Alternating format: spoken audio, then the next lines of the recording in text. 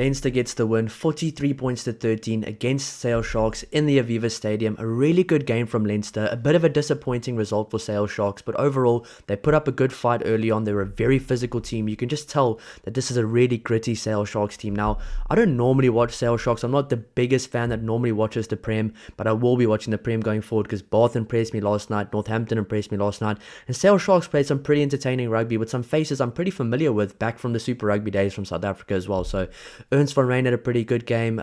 Marius Lowe, when he came on, made a good impact. The Curry brother played pretty well. I think it was Ben Curry today. So there were some pretty good performances from the Sale Sharks guys today, but overall, they just got out-muscled, outperformed by the Leinster team. 43 points to 13. It was a bit closer than that. Maybe the scoreboard does flatter Leinster a bit, but I will say this was probably one of Leinster's best games throughout the year because the whole year they've been doing above average games or good or just beating teams. They haven't really been putting teams away the way they should. I mean, if you think of some of the games they have played throughout the year, they should have been winning those games by 30 plus, 25 plus points.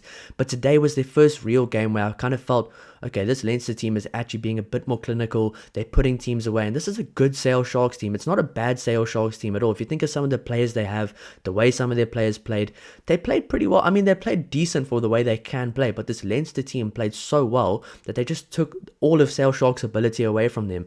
There was a time in the game where Sale Sharks, if they scored one more try, the game would have been a bit more in the balance, but Leinster did really well of managing that situation and being very clinical and very cohesive as a unit to score some really good tries.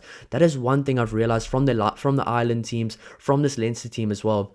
And obviously from the Ireland international team, the players almost know exactly where the ball's going to be at all times. They're very cohesive unit. Like, they just chuck the ball around. It's almost like they can mind read each other, which is so fun to watch. I mean, some of the tries they scored, just chucking the ball in mid-air and the players there. I mean, it was really good to watch. Rieko Ioane playing a lot more comfortable rugby, looking much better on the wing. So All Blacks fans, All Blacks coaches, if you are watching this, play Rieko Ioane on the wing. He is not an outside centre. I know they've been trying to play him in the outside centre position because obviously if you think of his pace, his power, there's the potential there. But he's so comfortable on the wing. He plays good rugby on the wing. He times his runs so well. He knows when to step inside. He knows how to work well off his wing. He's a much better rugby player on the wing. So that's why he's looking a lot more comfortable. He's giving those offloads. He's keeping the ball alive. He's kind of playing a bit more like the Rieko Ioane we know, which is good to see from a Leinster fan perspective. I know Leinster fans will be really happy about that. Jameson Gibson-Park as well, playing some phenomenal rugby. Honestly, if Leinster is a well-oiled machine, Jameson Gibson-Park is literally the last nail in that machine to just make it work. Without him, it's not going to work that well. He is such a good player. He's playing some phenomenal rugby. He's accurate with his box kicks. He's confident.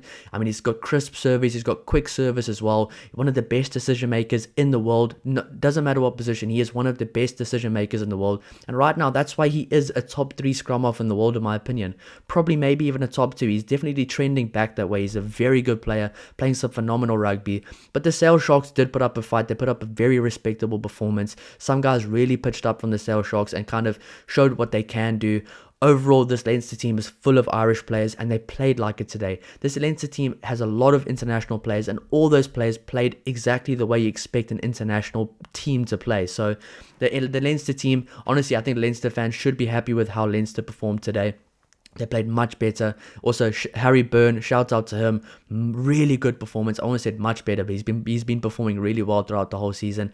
Accurate off the boots, looking like the right guy to lead this Leinster team ahead from the number 10 jersey. I mean, him and Jameson Gibson-Park work really well as a 9-10 combination. So seeing how they manage him going forward will be very interesting. I do think he is the number 10 for Leinster going forward. How they manage the situation with him and Prendergast, I'm not sure how they're going to do that. Does Sam Prendergast maybe need to start looking somewhere else? I have no idea. It's going to be a very interesting next few months, next season and a bit for this Leinster squad with all that going on. Something else I also noticed, Jamie Osborne in the centre jersey played really well. I've seen a lot of Irish fans on the channel commenting and saying, Jamie Osborne, just give him a go at centre, see how he plays at centre. I've never seen him play at centre before. I've never properly seen how he plays there, but he looked really comfortable. He's a very good distributor. He's good with ball in hand. He's physical. So I'm actually kind of would like to see him in the number 13 jersey for Ireland one day next to Stuart McCloskey, because Ringrose had a pretty good game. But what happens when Gary Ringrose retires? Jamie Osborne is still a really young player and he's a very good centre as well. Hugo Keenan is back playing some really good rugby. He looked very good today, looked very comfortable, so it's good to see him back at his best. And what do you do? How do you manage that situation? Because Jamie Osborne's playing very good for Ireland. Hugo Keenan probably is the number 1 fullback choice for Ireland. How do you manage that? Also, Mac Hansen coming back as well.